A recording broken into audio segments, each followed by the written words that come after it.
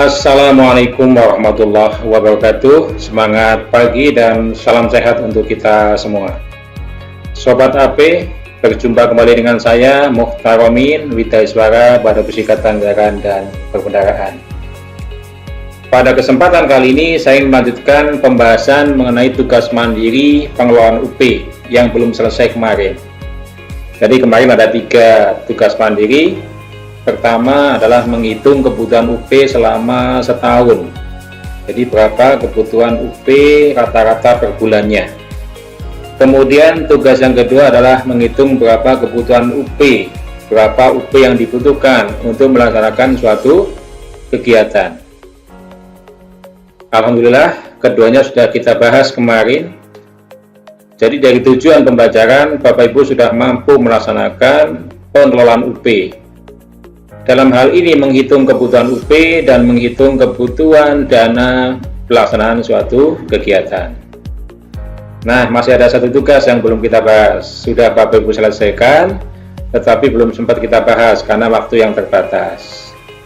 Terima kasih Bapak Ibu sudah menyelesaikan tugasnya. Sudah ada 30 jawaban yang masuk ke saya. Mudah-mudahan ini bisa lebih memahamkan Bapak Ibu sekalian ya. Kalau 2 soal sebelumnya adalah studi kasus, kalau soal yang ketiga ini soal pilihan ganda.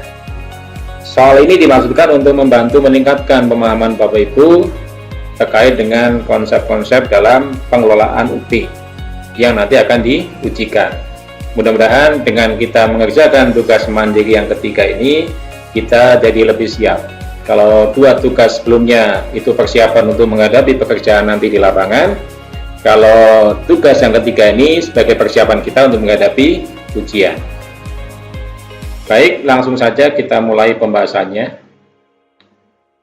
Soal yang pertama, kompetensi yang harus dicapai oleh bendahara pengeluaran dengan mempelajari materi pengelolaan UP adalah menghafalkan peraturan, menguji tagihan, menghitung kebutuhan UP, atau menghitung pajak.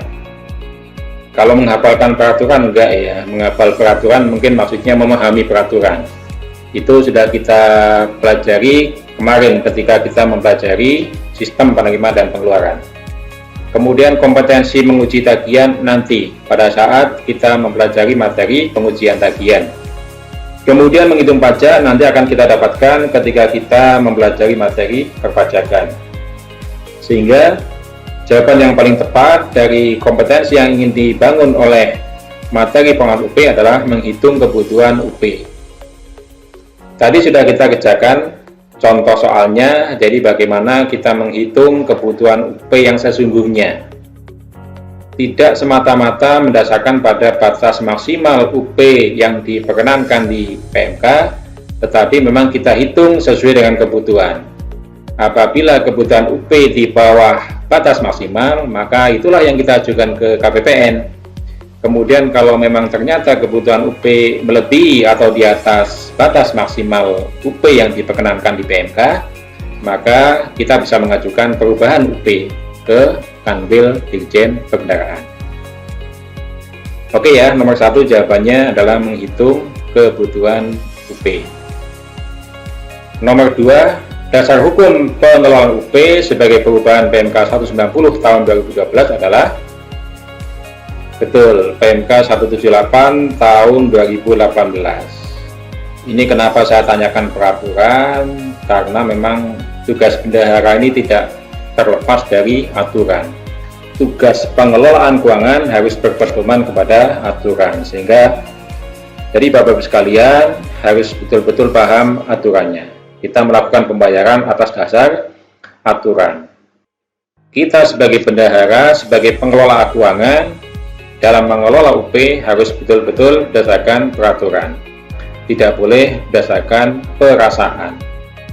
Latar belakang terbitnya PMK 178 tahun 2018 karena terbitnya PP 50 tahun 2018 sebagai perubahan dari PP 45 tahun 2013. Di mana di situ diatur mengenai pembayaran menggunakan mekanisme kartu kredit pemerintah. Baik, sudah cukup jelas ya soal nomor 2. Kita lanjutkan saja ke soal nomor 3. Soal nomor 3, dalam pelaksanaan APBN, prinsip pembayaran yang utama adalah melalui, sebagaimana saya jelaskan kemarin, bahwa berdasarkan Undang-Undang Nomor 1 Tahun 2004 tentang Perbendaharaan Negara, di pasal 21 dikatakan di situ bahwa pembayaran atas beban APBN tidak boleh dilakukan sebelum barang atau jasa diterima. Pembayaran dalam hal ini adalah keluarnya uang dari kas negara. Artinya apa? Pembayarannya menggunakan metode LS atau langsung. Jadi proses pekerjaannya sudah selesai, sudah diserah terimakan dari penyedia kepada PPK, kemudian baru PPK mengajukan tagihan kepada BPSPM, dan selanjutnya BPSPM mengajukan SPM ke KPPN, kemudian KPPN membayarkan kepada pihak yang bersangkutan.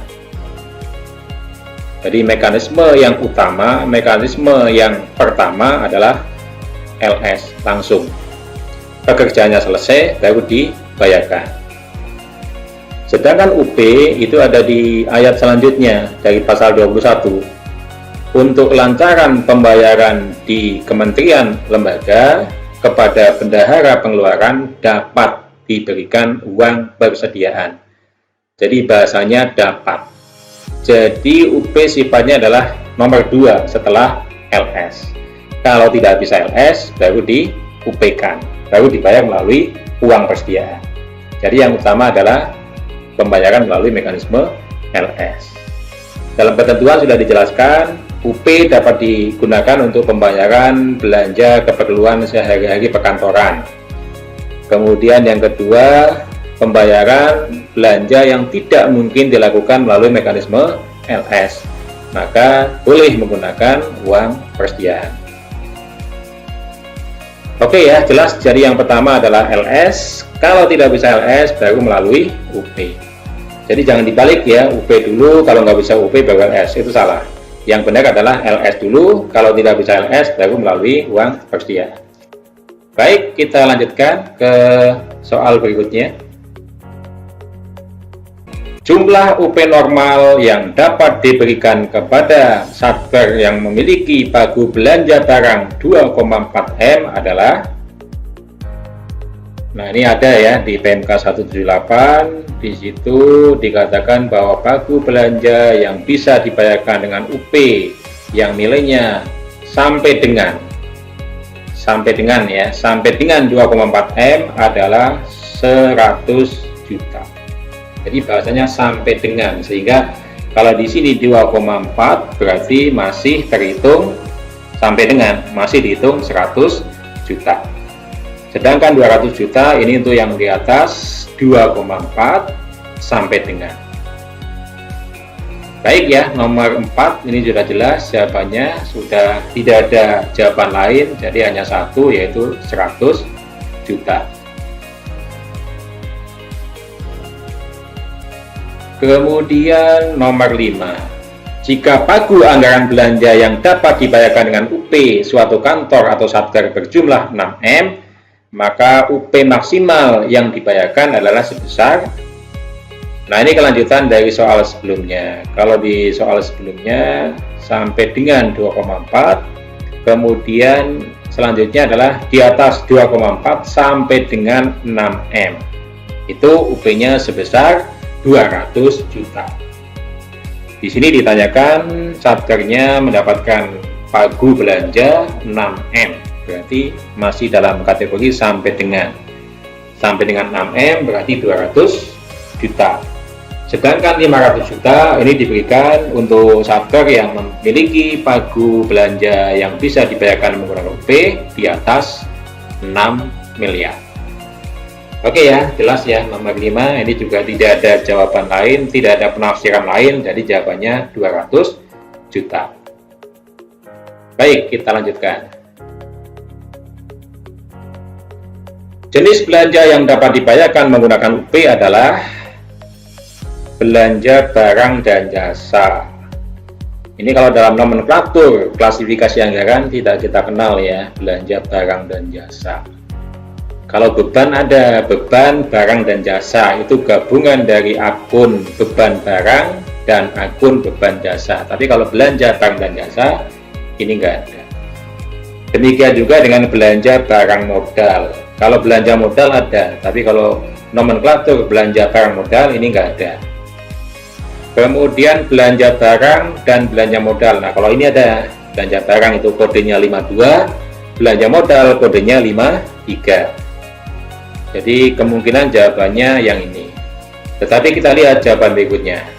Belanja barang, belanja modal, dan belanja lain-lain. Ini pelajarannya adalah kita jangan cepat mengambil kesimpulan. Jangan cepat memilih jawaban. Kalau cepat-cepat ya nanti jawabannya yang C. Yang ketiga. Tapi ternyata masih ada yang lebih lengkap, yaitu yang D atau yang keempat. UP dapat dibayarkan untuk belanja barang, belanja modal, maupun belanja lain-lain. Baik, kita lanjutkan.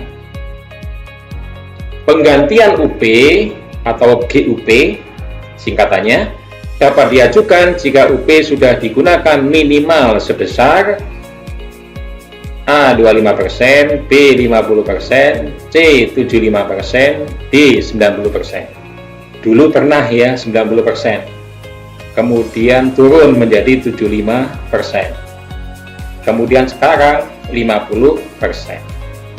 Jadi kalau ini pertanyaan ditanyakan pada tahun 90-an, jawabannya yang 90% yang betul. Ditanyakan di tahun 2000-an awal, jawabannya 75%. Tapi kalau soal ini ditanyakan sekarang, jawaban yang paling tepat adalah 50%. Jadi GU dapat diajukan ke KPPN minimal jika pengeluaran sudah mencapai 50%. Tujuan dari penurunan persentase yang bisa di-GU-kan adalah untuk mempercepat realisasi belanja. Mempercepat pencatatan realisasi belanja tepatnya. Karena pengakuan belanja atau pencatatan belanja melalui bendahara pengeluaran itu setelah di-GU-kan oleh KPPN. Jadi meskipun UP-nya sudah dibelanjakan oleh bendahara, tetapi belum di-GU-kan karena belum mencapai persentase tertentu, maka terhitung di dalam laporan keuangan atau di dalam akuntansi, di dalam realisasi belanja belum tercatat sebagai realisasi belanja. Oke ya, jelas ya nomor 7. Kita lanjutkan.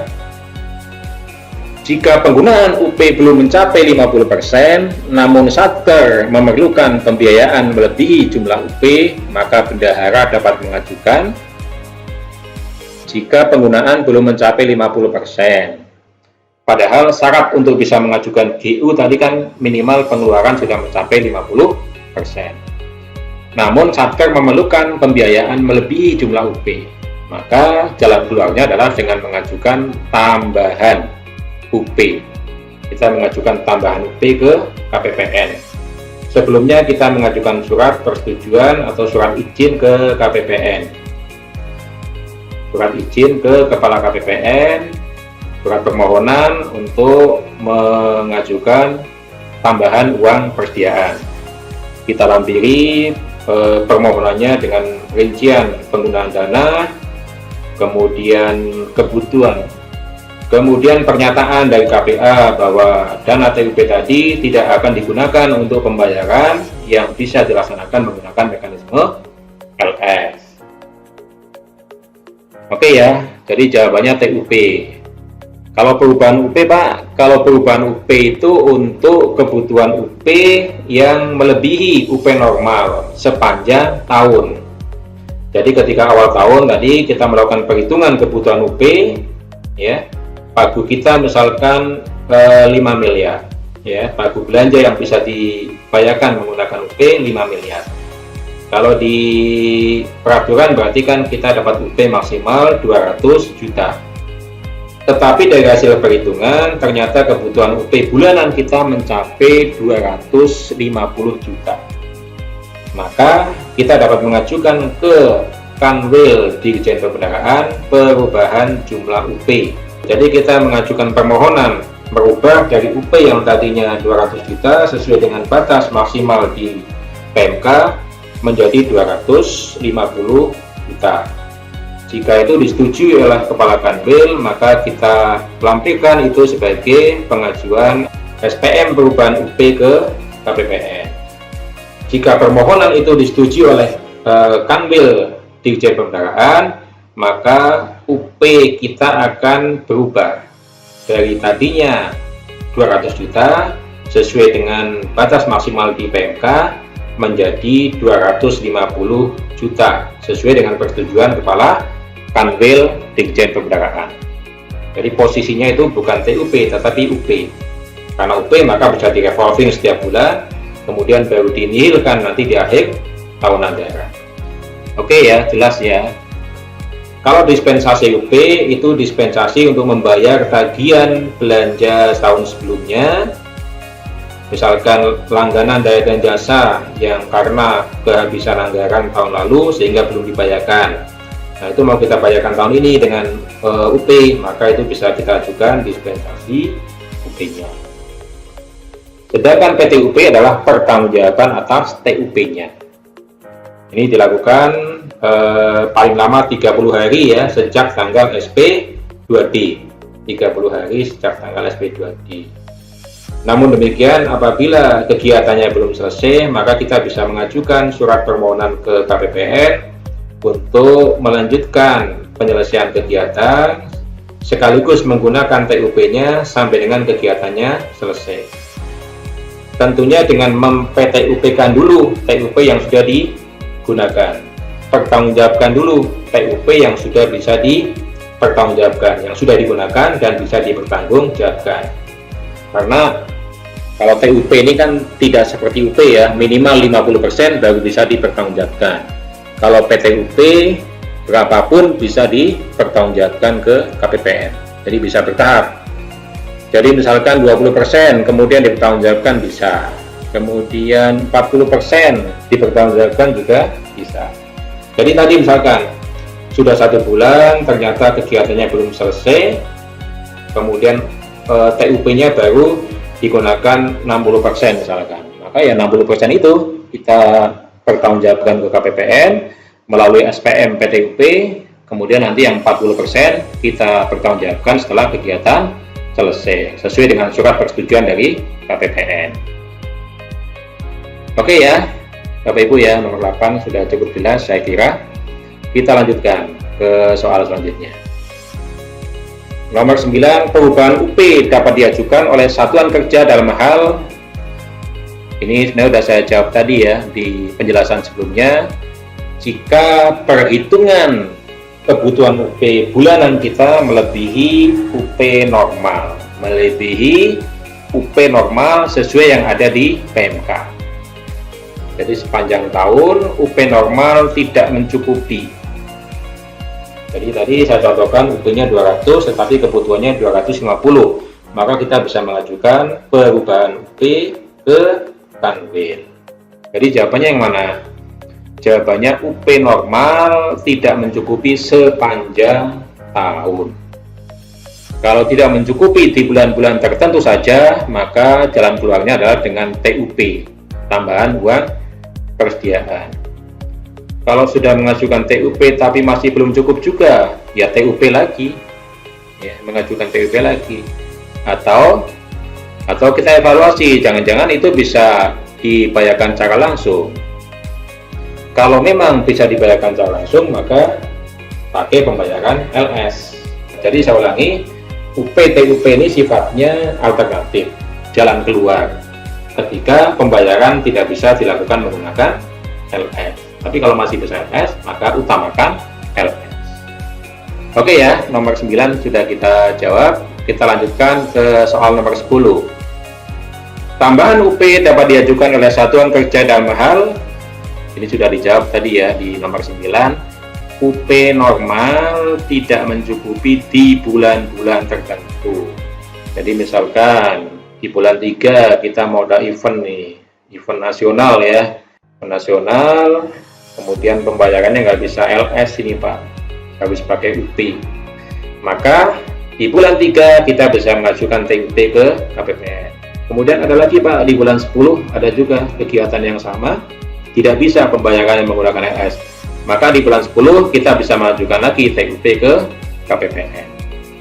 Oke ya, jadi kalau kebutuhan UP di atas UP normal sepanjang tahun, kita mengajukan perubahan UP. Tapi kalau kebutuhan UP di atas UP normal di bulan-bulan tertentu saja, maka kita cukup mengajukan TUP atau tambahan uang persediaan. Oke, kita lanjutkan. Nomor 11, PPK menerbitkan SPP UP berdasarkan akwitansi, B. SPBY, C. perhitungan kebutuhan UP, D. bukti pengeluaran tahun sebelumnya. Kalau kita analisis ya, yang jawaban A dan B ini tidak realistis. Demikian juga dengan jawaban yang D, bukti pengeluaran tahun sebelumnya, ini sudah tidak berhubungan dengan pengeluaran tahun ini. Sehingga jawaban yang paling realistis, sehingga jawaban yang paling tepat adalah jawaban yang C, perhitungan kebutuhan UP. Jadi sebagaimana saya sampaikan kemarin di sesi sinkronus, jadi di awal tahun ketika atau setelah menerima DIPA, kemudian para pengelola keuangan ini berkumpul dengan dipimpin oleh KPA, para PPK, para penanggung jawab kegiatan, ini berkumpul dengan bendahara. Di situ merumuskan berapa kebutuhan UP-nya. Jadi setelah menerima DIPA, PPK dan para penanggung jawab kegiatan itu membuat rencana kegiatan, rencana pelaksanaan kegiatan atau RPK. Kemudian RPK itu yang nanti dijadikan dasar oleh bendahara pengeluaran untuk menghitung berapa kebutuhan UP-nya. Kemudian hasil perhitungan bendahara dikonfirmasi kembali kepada PPK dan penanggung jawab kegiatan pada forum itu dengan dipimpin oleh kuasa pengguna anggaran. Sehingga dengan demikian kita mendapatkan jumlah UP yang sesungguhnya, jumlah UP yang mendekati kebutuhan bulanan. Sehingga kita bisa mengajukan GUP setiap bulan secara normal ya. Jadi GUP normal itu sebulan sekali. Kalau sebulan sampai 2 kali, indikasinya UP-nya kurang. Kebalikannya, kalau sampai 2 bulan belum bisa juga menggiurkan, itu indikasi kalau UP-nya kegedean. Nah, supaya hal itu tidak terjadi, maka tadi di awal tahun kita membuat rapat forum ya, antara KPA, kemudian PPK dan bendahara, ya tujuannya adalah merumuskan berapa kebutuhan UP yang sesungguhnya. Perhitungan kebutuhan UP oleh bendahara akan digunakan oleh PPK sebagai dasar untuk penerbitan SPP UP. Berapa UP yang akan diajukan di SPP UP oleh PPK? Oke, jelas ya. Kalau satker yang sudah matang mungkin ya ini sudah dilakukan setiap tahun. Tapi bagi satker yang mungkin dalam tahap belajar ini mungkin belum dilakukan. Nah, ini tugas saudara nih sebagai bendahara nanti menyampaikan ini kepada KPA. Jadi supaya awal tahun dibuat forum seperti itu, KPA, kemudian PPK dan bendahara bersama-sama menghitung berapa kebutuhan UP-nya. PPK membuat rencana pelaksanaan kegiatan, bendahara menghitung berapa kebutuhan UP-nya. Oke ya, nomor 11 sudah cukup jelas saya kira, kita lanjutkan. Nomor 12, dokumen berikut ini yang bukan kelengkapan lampiran SPP GU. Kalau SPP penggantian UP, pasti lampirannya adalah dokumen bukti pengeluaran, bukti belanja. Nah, kita lihat mana yang bukti belanja. Kwitansi, oke. SPBY, yes. Kemudian DRPP, ya, rangkuman dari kwitansi-kwitansi. Berarti yang bukan daftar perhitungan UP. Karena daftar perhitungan UP nanti adalah lampiran ketika mengajukan SPP UP. Lampiran di SPP UP. Oke ya, nomor 12 saya kira sudah jelas. Kita lanjutkan saja.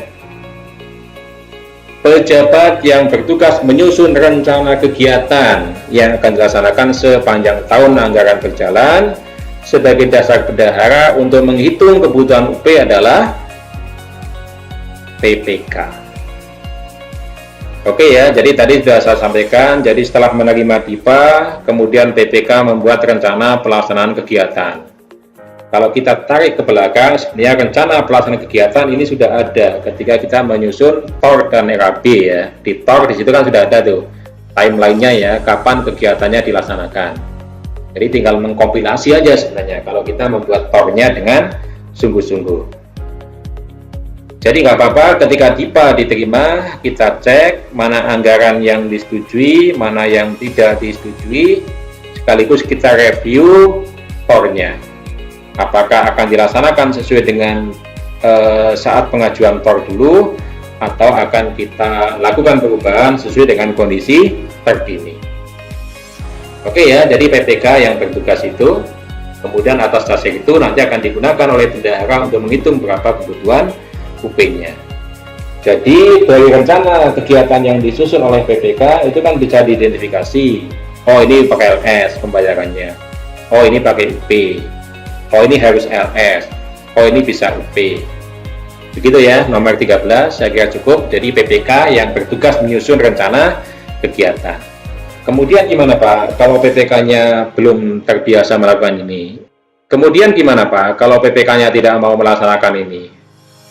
Ya kita komunikasikan, kita kasih pengertian ya bahwa tugas PPK ini, bahwa ini adalah tugas PPK. Sedangkan di awal-awal pelaksanaan, oke lah kita sebagai bendahara untuk membantu ya, tapi selanjutnya adalah tugas PPK untuk melaksanakan ini, tanggung jawab PPK.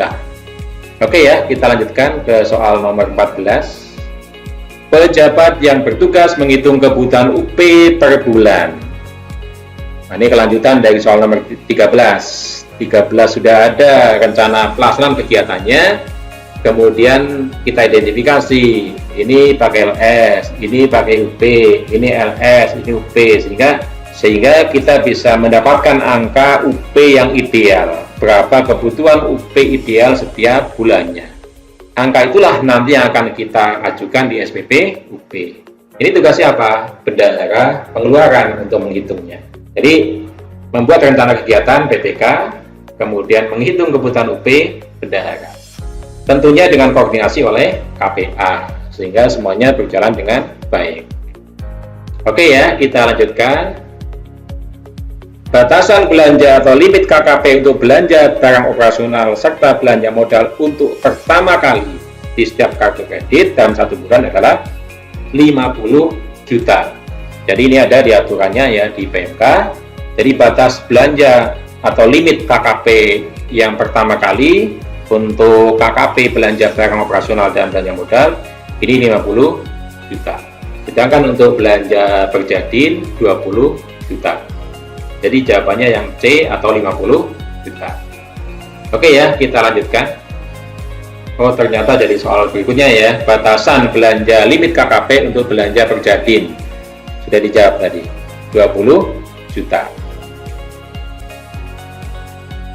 Ini untuk limit pertama ya. Untuk selanjutnya kita bisa mengajukan penambahan limit kalau memang dibutuhkan, atau pengurangan limit kalau memang di daerah itu misalkan tidak ada edisinya, di daerah terpencil, sehingga kita kesulitan untuk merealisasikan belanja menggunakan KKP, maka kita bisa mengajukan perubahan limit menjadi lebih rendah.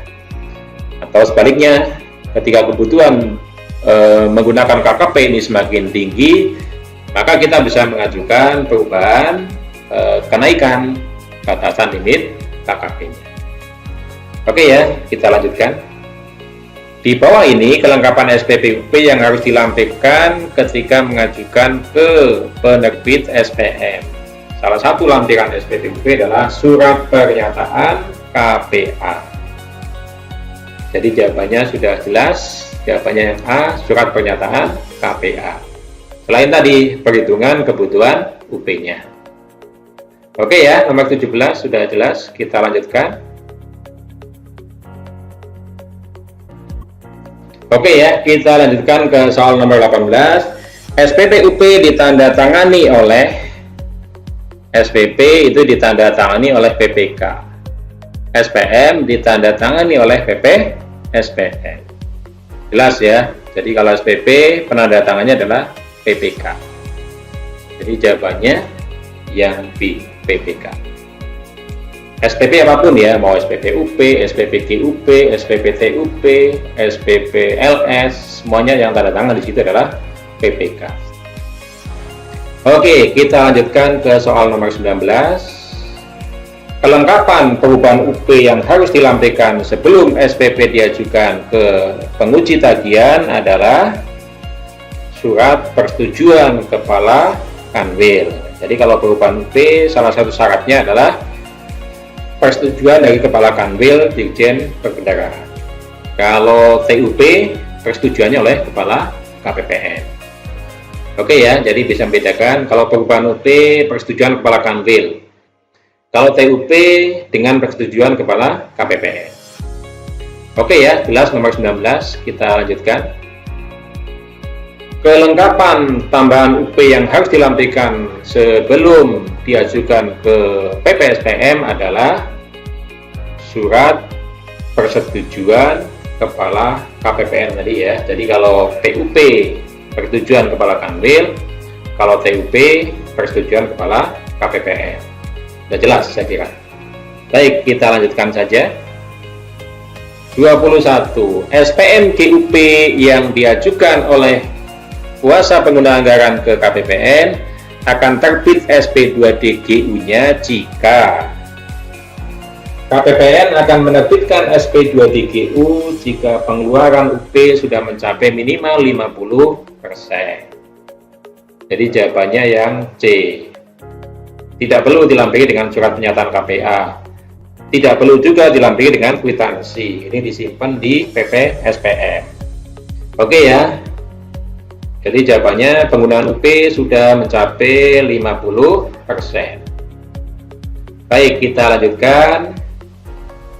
SPP penggantian UP yang dikelola oleh Bendahara Pengeluaran Pembantu dapat dilakukan jika jadi Bendahara Pengeluaran Pembantu atau BPP tugasnya adalah membantu bendahara. Tugas dan kewajibannya sama dengan bendahara. Bendahara membukukan, BPP juga membukukan. Bendahara membuat LPJ, BPP juga membuat LPJ. Bendahara bisa meng-GU-kan ketika pengeluaran sudah mencapai 50%, BPP juga sama, bisa mengajukan penggantian UP yang dikelolanya apabila pengeluarannya sudah mencapai 50%, tanpa perlu menunggu BPP yang lain, kalau di situ ada lebih dari satu BPP. Memang ini tujuan dibentuk BPP ya, untuk memperlancar pelaksanaan anggaran, memperlancar penggunaan UP. Misalkan di satu satker ada UP-nya 1M, kemudian di situ ada 3 BPP. Satu BPP misalkan dapat 200 juta. Satu BPP sudah merealisasikan 50%, ya, UP-nya sudah merealisasikan 100 juta. Sedangkan 2 BPP yang lain baru misalkan masing-masing 50 juta. Maka BPP yang sudah merealisasikan 100 juta, 50% dari UP yang dikelolanya, itu sudah bisa mengajukan penggantian UP tanpa menunggu 2 BPP yang masih realisasinya masih 25%. Oke ya, cukup jelas ya. Jadi realisasi salah satu BPP telah mencapai 50% tanpa menunggu BPP yang lain. Beda BPP dengan Bendahara Pengeluaran mungkin relasinya aja. Kalau Bendahara Pengeluaran dengan KPPN, kalau BPP hubungannya sampai ke BP, sampai ke Bendahara Pengeluaran. Untuk hubungan dengan KPPN itu menjadi tugas bendahara. Contohnya tadi, BPP sudah merealisasikan 50% dari UP-nya, kemudian bisa mengajukan penggantian UP. BPP tidak mengajukan sendiri GU-nya ke KPPN, tetapi Bendahara Pengeluaran yang nanti mengajukan GU-nya. Demikian juga dengan LPJ, BPP menyusun LPJ itu tidak dikirimkan ke KPPN, tapi dikirimkan ke bendahara. Nanti bendahara yang mengkompilasi untuk disusun menjadi LPJ bendahara. Oke ya, nomor 22 sudah cukup jelas. Kita lanjutkan. Nomor 23, jika diketahui UP suatu kantor berjumlah 200 juta, maka pernyataan yang benar adalah GU minimal 50 juta, GU minimal 75 juta, GU minimal 100 juta, GU maksimal 100 juta. Tadi sudah kita sampaikan minimal GU bisa diajukan ketika pengeluaran UP sudah mencapai 50%. Jadi jawaban yang paling tepat yang C. SPP GU minimal sebesar 100 juta. Oke, kita lanjutkan ke soal berikutnya. SPP GU diajukan ke penguji tagihan atau penerbit SPM untuk permintaan pembayaran. Semua pembayaran di bawah 50 juta. Nggak bisa. Kalau belanja pegawai, nggak bisa pakai UP. Kemudian yang B, semua pembayaran sampai dengan 50 juta. Sami mawon.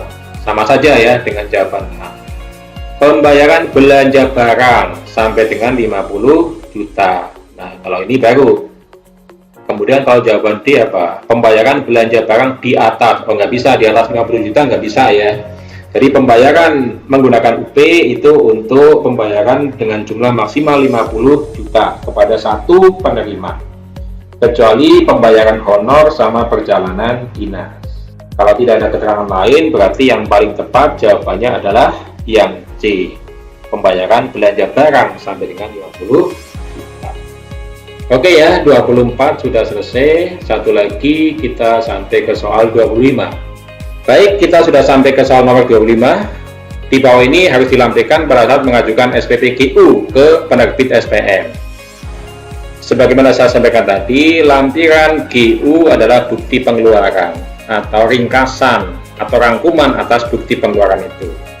Nah, rangkuman atas bukti pengeluaran itu baik berupa kwitansi, bukti pembelian maupun bukti pengeluaran lainnya adalah daftar rincian permintaan pembayaran, disingkat DRPP. Jadi jawabannya yang D yang paling pas. Oke ya, kita sudah sampai soal nomor 25, artinya kita sudah mencapai 50% dari target soal yang ada, yaitu 50 soal. Baik, kita lanjutkan ke soal nomor 26. Soal 26 adalah pejabat penandatangan SPP. Tadi sudah saya sampaikan, pokoknya SPP itu ditandatangani oleh BPK, mau SPP UP, TUP, GUP, GUIC, GU Nihil, PTUP, LS, semuanya ditandatangani kalau SPP itu oleh BPK. Oke, kita lanjutkan saja ke soal nomor 27. SPP yang diajukan oleh BPK sebagai pertanggungjawaban penggunaan TUP adalah A. SPP GUP. SPP GU itu pertanggungjawaban atas UP di sepanjang tahun anggaran. Sifatnya revolving ya. Jadi kita ajukan ke KPPN SPM GU, nanti akan diisi kembali oleh KPPN sebesar jumlah SPM-nya. Misalkan UP kita 50 juta, sudah kita gunakan 40 juta, maka saldo UP kita kan tinggal 10 juta. Nah, yang 40 juta itu kita ajukan GU-nya ke KPPN. Maka KPPN nanti akan menerbitkan SP2DGU sebesar 40 juta, yang nanti akan mengisi kembali rekening bendahara pengeluaran sebesar 40 juta, sehingga UP kita kembali ke jumlah UP semula, yaitu 50 juta. Kemudian kalau GU Nihil ini untuk pertanggungjawaban UP di akhir tahun. Kemudian kalau PTUP, nah ini pertanggungjawaban atas penggunaan TUP. Kalau TU Nihil ini tidak kita kenal ya di APBN.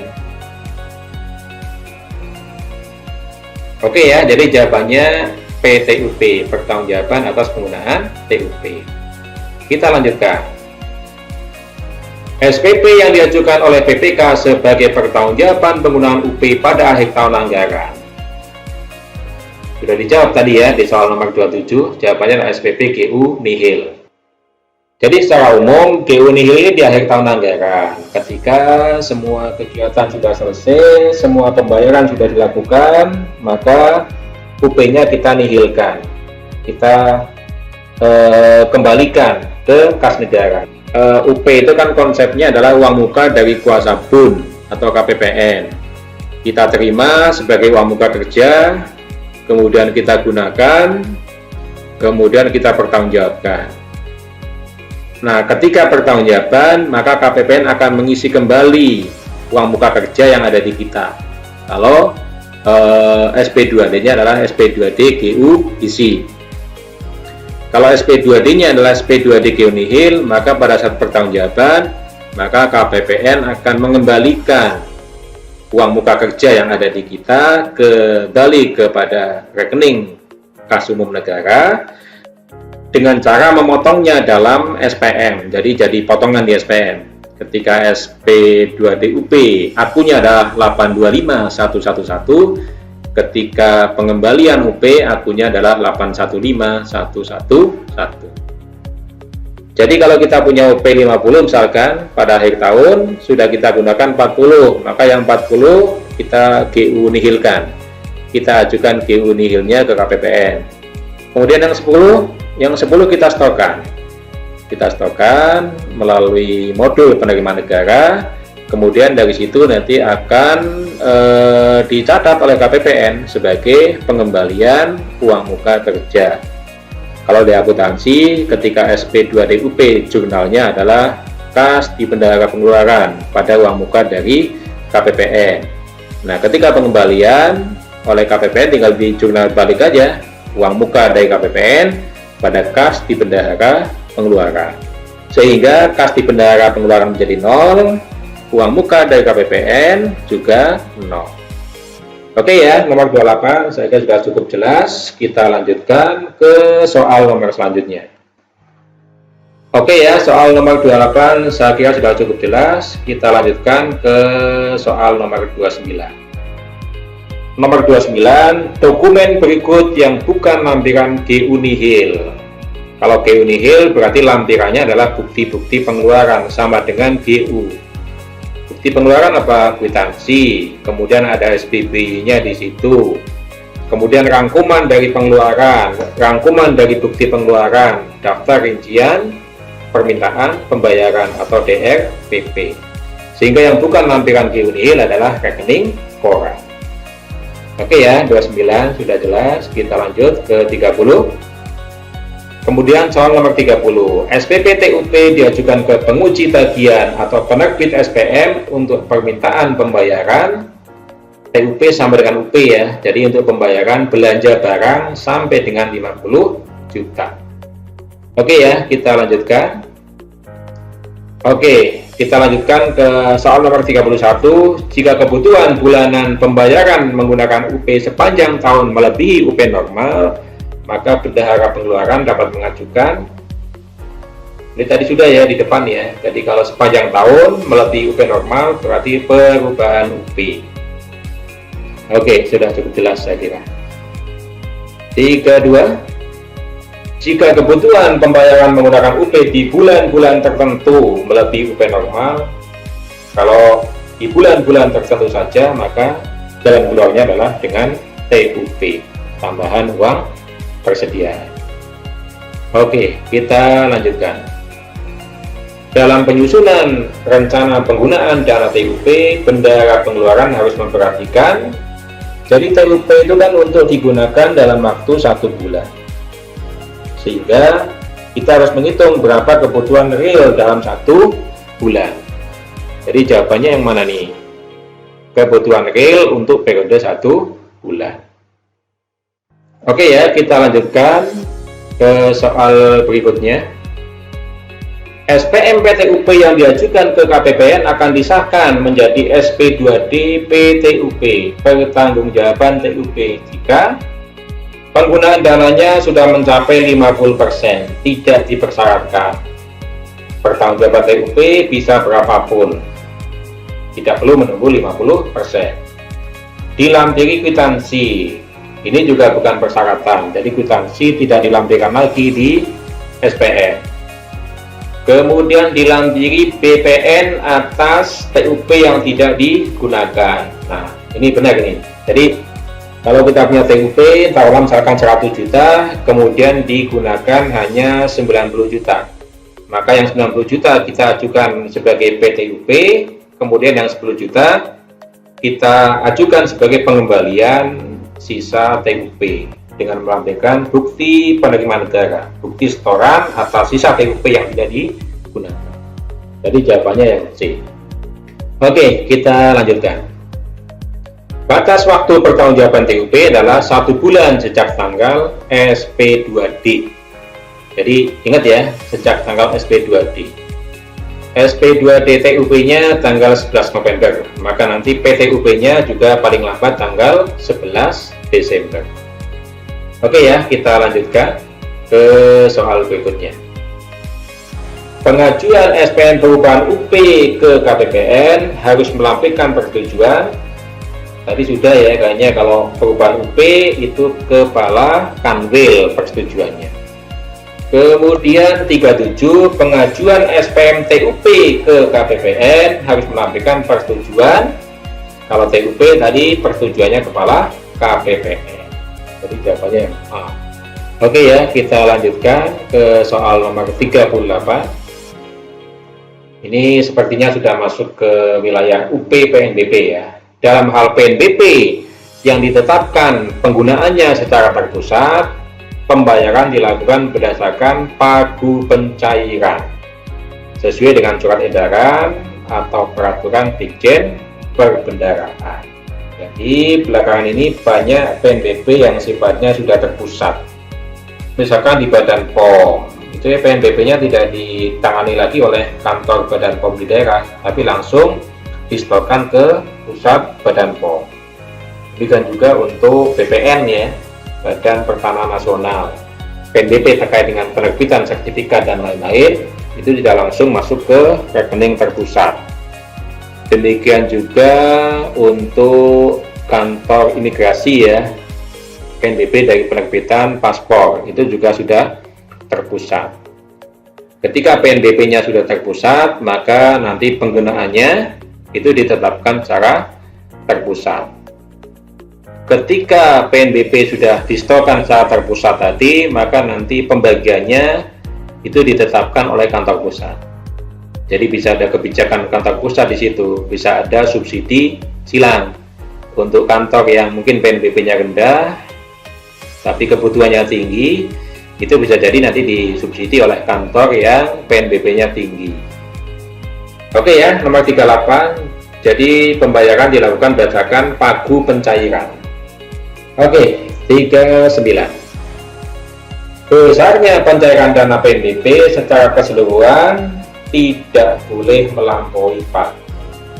Tidak boleh. Jadi pagu belanja dalam tiba adalah batas tertinggi pengeluaran yang boleh dilakukan. Tidak boleh melewati pagu anggaran yang ada di tiba. Sudah cukup jelas saya kira jawabannya tidak boleh. Kemudian pejabat yang menetapkan besaran MP atau maksimum pencairan belanja yang sumbernya dari PNBP adalah Menteri Keuangan. Jadi kewenangan Menteri Keuangan untuk menetapkan MP atau maksimum pencairan. Maksimum pencairan adalah batas maksimum PNBP yang bisa digunakan kembali. Jadi dari PNBP yang sudah disetorkan ke kas negara itu ada batas maksimumnya yang bisa digunakan kembali. Ada yang 80%, ada yang 60%. Kalau 80% misalkan kita menyetorkan kas negara 1M, maka PNBP yang bisa digunakan kembali oleh Satgas tersebut adalah 800 juta. 80% kali 1M. Itu ya. Jadi ini kewenangan Menteri Keuangan untuk menetapkan berapa maksimum pencairan dananya. Oke, kita lanjutkan. Soal nomor 41. Dalam hal realisasi PNBP melebihi target dalam DIPA, penambahan pagu dalam DIPA dilaksanakan setelah mendapatkan persetujuan dari. Jadi, kalau realisasi PNBP melampaui target dalam DIPA, yang bisa dicairkan, yang bisa dibelanjakan tetap sebesar pagu dalam DIPA-nya. Kecuali pagu DIPA-nya dinaikkan, kecuali pagu DIPA-nya ditambah. Nah, yang berwenang untuk menambah pagu DIPA ini adalah Menteri Keuangan, Sekyu, Dirjen Anggaran. Oke ya, nomor 41 cukup jelas. Kita lanjutkan ke 42. Oke ya, ini contoh hitung-hitungan. Jadi suatu satker sudah menyetorkan 200 juta. Kemudian MP-nya itu 80%. Berarti yang bisa digunakan berapa? 80% kali 200 juta, 160 juta. Nah, di bulan sebelumnya sudah digunakan 100 juta. Maka yang masih bisa digunakan berapa? Ya 160 dikurangi 100. Sama dengan 60 juta. Jadi tahu ya ngitungnya ya, 200 juta kali 80% sama dengan 160 juta.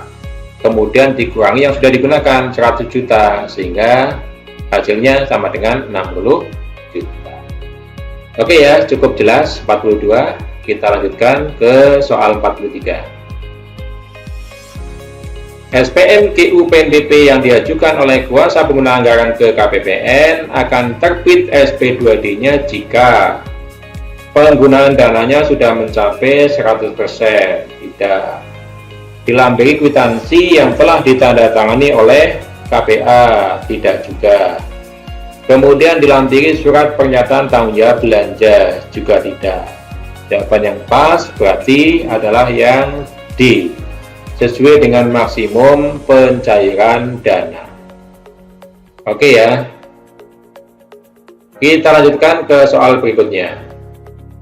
Untuk mencairkan dana belanja PNBP dalam DIPA, satuan kerja terlebih dahulu harus menyetorkan PNBP-nya ke kas negara.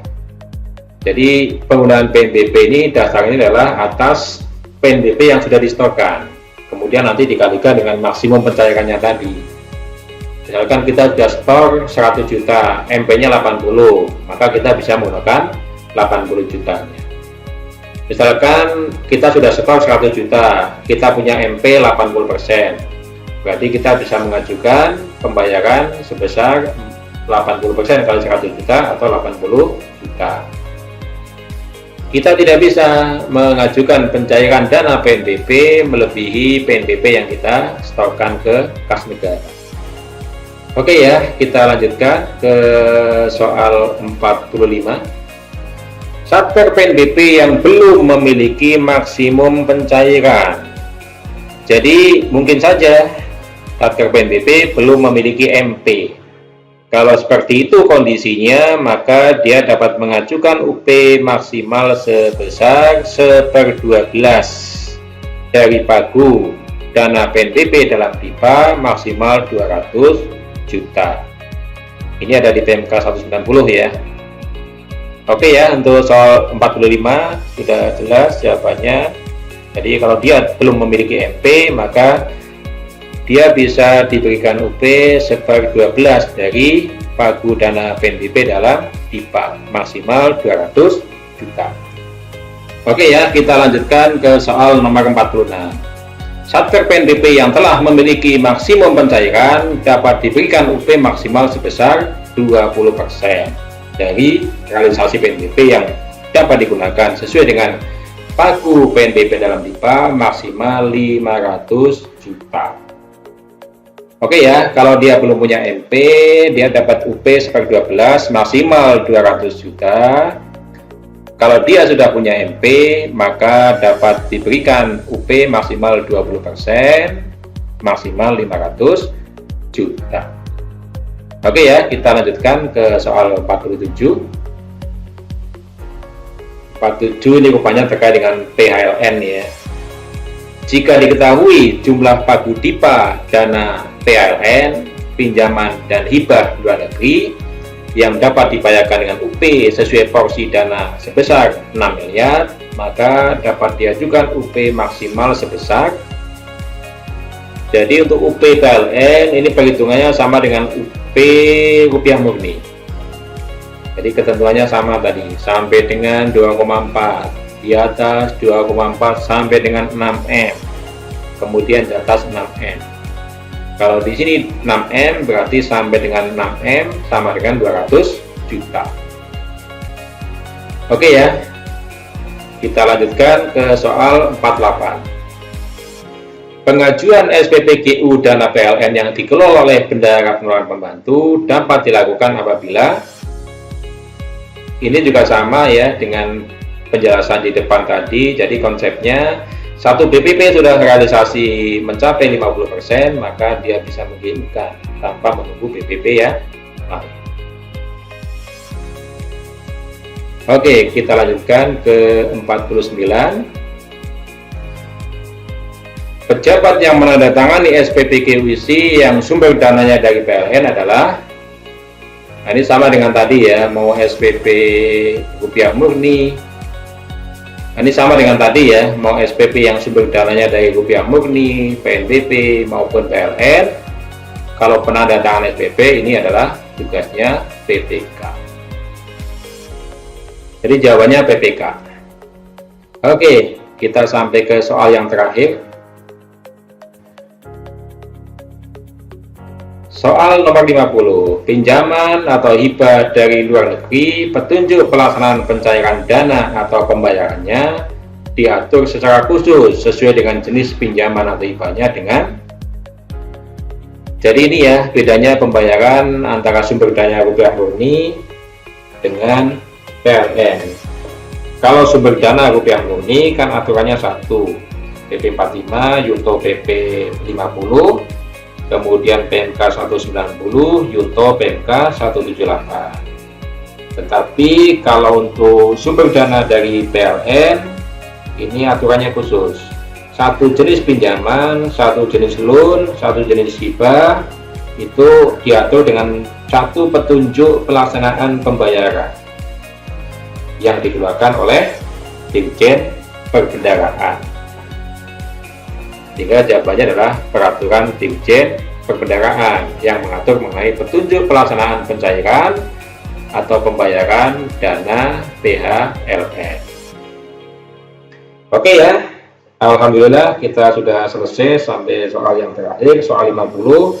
Mudah-mudahan pembahasan soal latihan tugas mandiri yang ketiga ini bisa melengkapi pengetahuan Bapak Ibu sekalian terkait dengan kompetensi yang dibutuhkan oleh bendahara pengeluaran, khususnya terkait dengan pengelolaan UP.